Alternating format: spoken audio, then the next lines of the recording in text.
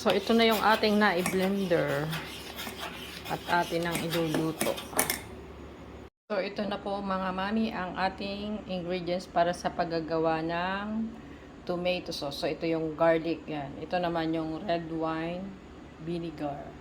Tapos, olive oil, basil, oregano. So, ito naman yung ating garlic at saka onion. Guys, ito na nga po ang bawang. Ginisa na natin sa olive oil.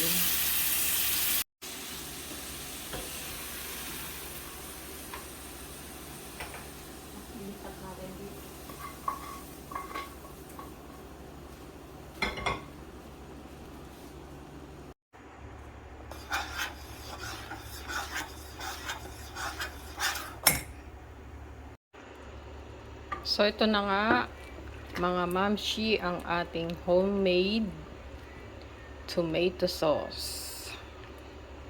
Ayan, luto na siya.